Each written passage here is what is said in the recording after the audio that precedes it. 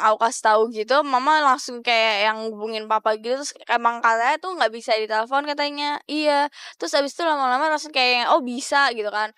Terus aku juga SMS papa kan, SMS tuh juga nggak dibales-bales, kayak gitu. Terus itu kan makin bikin aku tambah panik kan, gitu. Lokasinya semuanya kayaknya kalau kakek nenek sama mama sama papa nggak deket dari laut gitu. Untungnya kayak di tengah-tengah.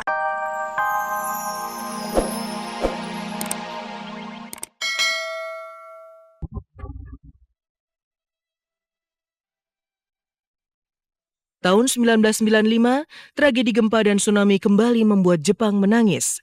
6.400-an orang meninggal dunia.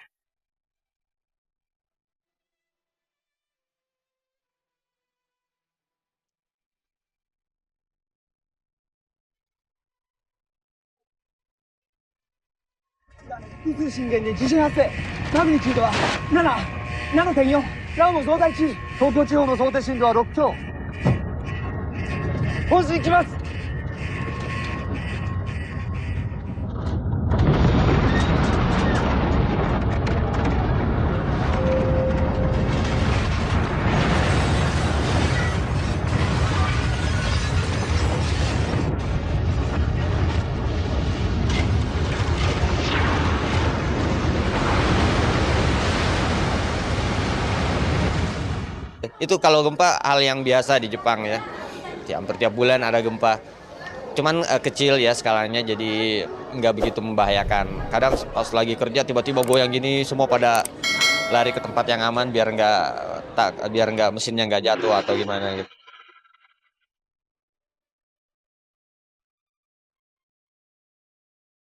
Rentetan gempa dan tsunami yang bak tamu tahunan tersebut membuat pemerintah dan masyarakat Jepang cepat berbenah diri.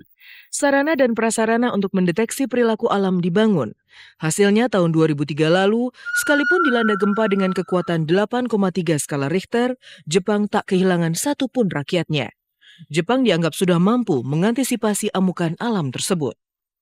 Intinya negara yang sangat maju ya, negara yang top abis sih kalau menurut aku sih. Negara yang kaya lah menurut aku sih, kayak gitu aja, dan aku kagum sama negara mereka. Jepang itu adalah Jepang yang sangat maju ya, teknologinya juga dapat canggih gitu. Dan pastinya kalau udah ngedengar negara Jepang itu pasti kita ingetnya tokoh kartun aja gitu, karena memang banyak banget tokoh-tokoh kartun dari sana gitu.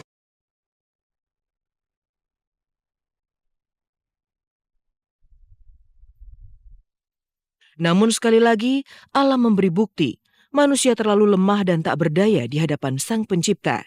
Secanggih apapun teknologi yang kita miliki, kekuatan alam tak pernah sepenuhnya bisa digenggam manusia. Kemarin, Jepang dan dunia kembali harus meratap karena ketidakberdayaan menghadapi amuk gempa dan gelombang tsunami.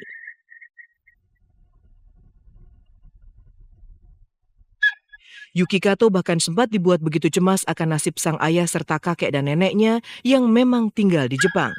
Seperti apa nasib ayah Yuki?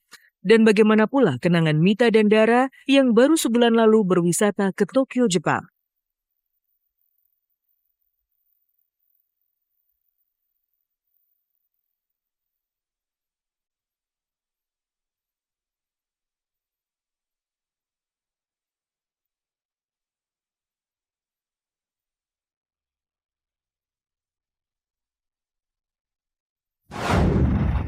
Jepang adalah salah satu negara yang menjadi langganan gempa dan tsunami. Pengalaman berulang-ulang mengalami gempa membuat Jepang cukup tangguh menghadapi bencana alam tersebut. Namun demikian, gempa dan tsunami kemarin tak ayal membuat negeri ini terperangah. Dalam hitungan menit, gelombang besar menyapu bersih beberapa wilayah di Jepang.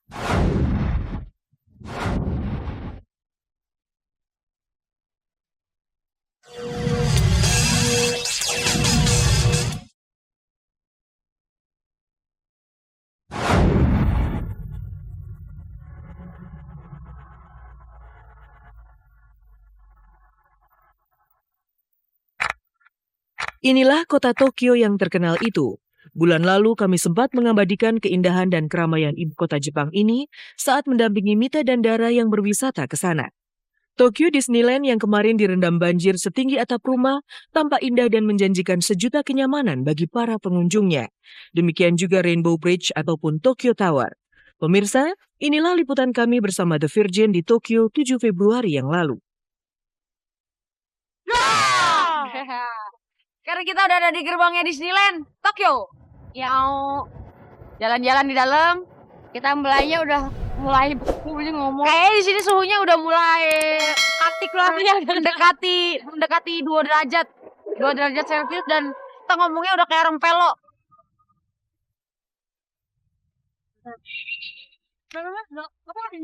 Dona ngedak. Hei! Yang situ banyak. Donald. Disneyland si Neng Dara kan biasa dia kan takut sama topeng kan. Takut sama badut-badut. Padahal badutnya tuh lucu banget. Tapi dia tetap aja kabur.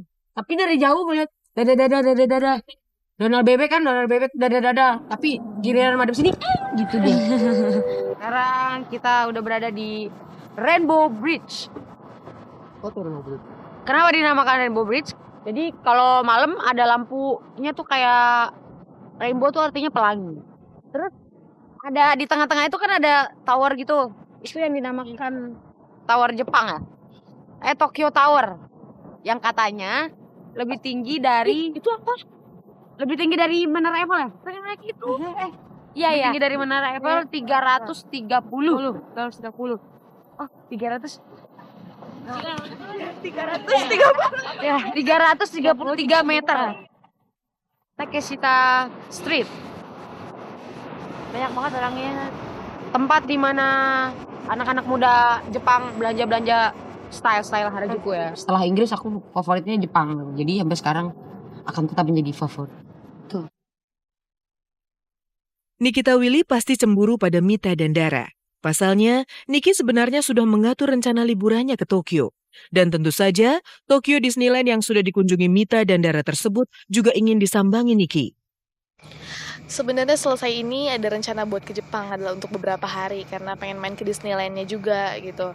Cuma pas dilihat-lihat Disneyland-nya pun juga hancur jadi batal. Tapi aku yakin banget ini Jepang itu negara yang sangat maju kan, teknologinya udah bisa dilihat canggih-canggih banget.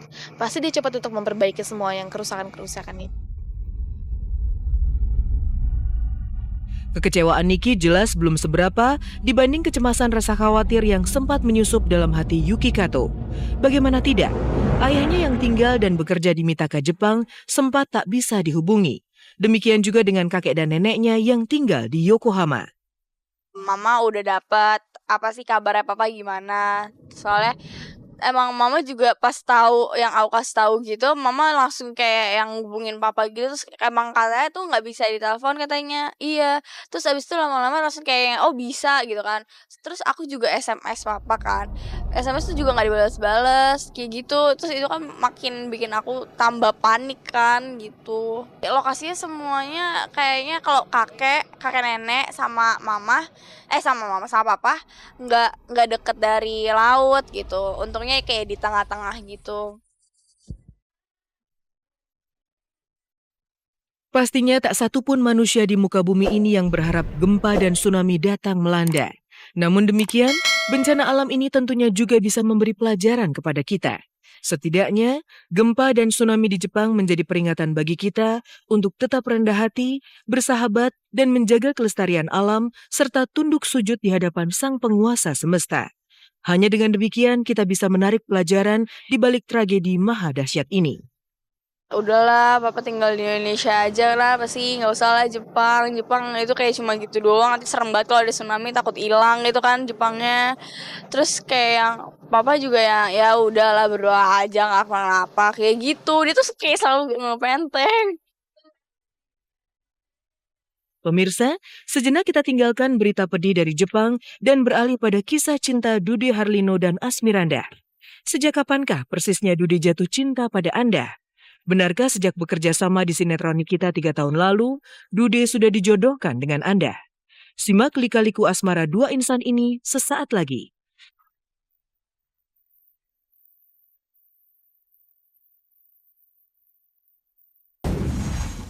Gita cinta di hati Dude Harlino dan Asmiranda kian nyaring bergemerincing. Dude yang selama ini tak pernah mau terbuka seputar kisah kasihnya dengan wanita secara mengejutkan mengakui kedekatannya dengan Asmiranda.